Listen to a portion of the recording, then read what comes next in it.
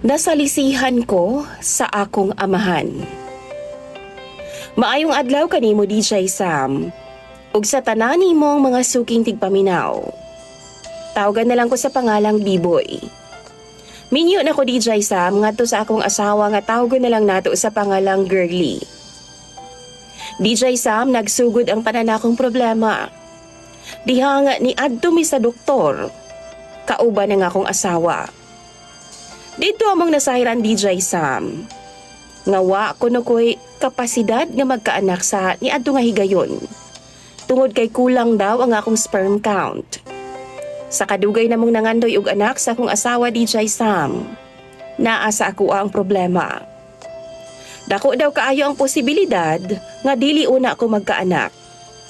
Sakit kaayo DJ Sam para sa sama na akong usa ka lalaki. Nga nangandoy gyud intawon nga magkaanak. Tapos madungog na ako nga mura bitaw giagawan ko og katungod nga mahimong amahan. Samtang nagdalami ani nga kasakit DJ Sam sa akong partner, nadungagan pa gyud ang akong problema. Tungod kay papahawaon nami sa among landlady kay pila na pod mi kabuan lagi nga wa makabayad sa among renta. Wa na mi laing nga solusyon na DJ Sam. Wa mi laing kapadulngan, mao nga nisugyot na lang pod ko sa akong asawa. Nga mangayo na lang migtabang adto sa akong amahan. Ug dito na lang una mi sa among panimalay mo puyo. Pag-abot namo sa balay DJ Sam, malipayon kaayo siya. Gi-welcome mi sa akong amahan DJ Sam. Abli kayo sa iyang kasing-kasing ang iyang pagdawat sa amoa. Ug abi nako, dito na magsugod ang among pagbangon isip pamilya. Usa ka gabi ini ana DJ Sam. Gikan ko sa trabaho. Kapoy kayo nga akong lawas. Lami na kayo ihigda DJ Sam. Pero pag abot na ako, mingaw kayo ang balay. Pag abli na ako sa kwarto DJ Sam, nakita na ako ang akong amahan nga nakapatong sa akong asawa. Murag nahugno gyud ang akong kalibutan DJ Sam. Nakasinggit gud ko sa kalagot. Nangurog ko sa kasuko DJ Sam. Wa ko masayod kung unsa nga akong buhaton. Siguro kung duol pa ang kutsilyo siguro no. Gidunggab na nako silang duha DJ Sam. Pero palangga gihapon ko sa kahitasan. Naanghilan gihapon ko DJ Sam ug wa nako nahimo ang buta nga akong mahayan pag-ayo. Kabalo mo DJ Sam, kanang huli na gani sa akto, ni-deny pa ang duha. Nagpahilot ra daw sa puson ang akong asawa. Maong ingon ato ang ilang porma. Nasuko pa gani ang akong papa DJ Sam ug gitawag pa ko niyang bastos. Kay ngila daw kaayo ko gunahuna sa ilahang duha. Anak daw ko niya DJ Sam ug di daw niya buhaton ang ingon anak nga butang. Nangluod pa siya DJ Sam ug nilakaw. Bisag unsaon ako DJ Sam no ug patuo ang akong kaugalingon, dili gyud mahimutang ang akong kasing-kasing ug gunahuna. Kay nakita man gyud nako sila. Tungod ni ana DJ Sam, midangop ko sa ako ang amigo. Ipangayuan ako siya tambag gabahin sa akong nakita.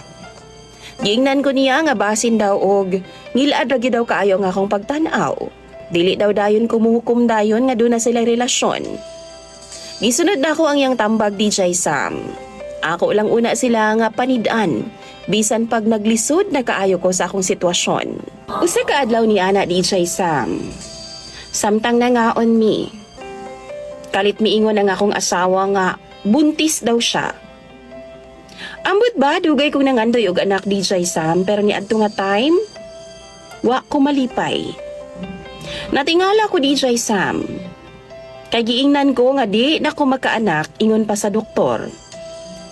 Pero giingnan ko niya himala daw ang tanan. Sa akong una-huna no, gusto kong mutuo. Pero mas kusog ang akong duda sa ilaha DJ Sam. Pila ra ba'y pagpanlabay sa mga buwan DJ Sam. Pagkahuman og panganak sa akong asawa, nagpa-sikreto gyud ko og DNA test. Ug nangutang jud ko sa akong amo ni adto nga time. Ug didto nadawat gyud ako ang resulta DJ Sam nga dili gyud ay ako ang amahan. Kundi ang akong amahan. I-confront na ako ang akong asawa DJ Sam. Wa po siya mi-deny. Nihilak siya sa akong atubangan. Nangayo siyag pasaylo. ug miingon nga nalibog lang gyud daw siya DJ Sam. Nahuyang. Wa kay ba kung unsaon daw niya pag-atubang ang sitwasyon. Ako DJ Sam nalibog pud ko. Nasakitan. Tungod kay nabungkag ang tanan akong pagsalig ug paglaom sa among relasyon. Ang akong amahan nga akong gisandigan DJ Sam, nahimong hinungdan sa kadaot sa akong pamilya. Sa akong kaminyoon. Ang akong asawa pod nga akong gisaligan, maupod ang naghugaw-hugaw sa akong dignidad. Karon DJ Sam, na ako sa kasuko ug kahadlok. Wa ako kaybaw kung unsaon ako pag-atubang ang bata DJ Sam. Ug wa pud ko kaybaw kung pasayloon pa nako ang akong amahan ug ang ako ang asawa. Ubiyaan na lang nako silang duha. Human ako makumpirma ang tanan na DJ Sam gikan mismo sa akong asawa. Pag uli nako sa balay, giatubang nako ang akong amahan. Wa siya mitanaw nako. Wa pud siya mihilak. Wa pud siya nangayo og pasaylo nako DJ Sam. Kabalo mo unsa lang iyang gisulti nako? Nahimo naman na. Nahuman na ang tanan. Dili na mabalik pa. Og palihog ayaw nagbalik-balika. Mag-move on na lang ta isip pamilya.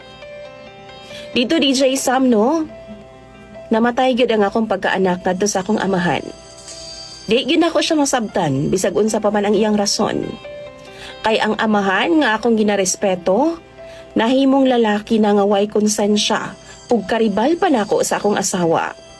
Abi pud nako DJ Sam ug mao na gyud ang pinakasakit.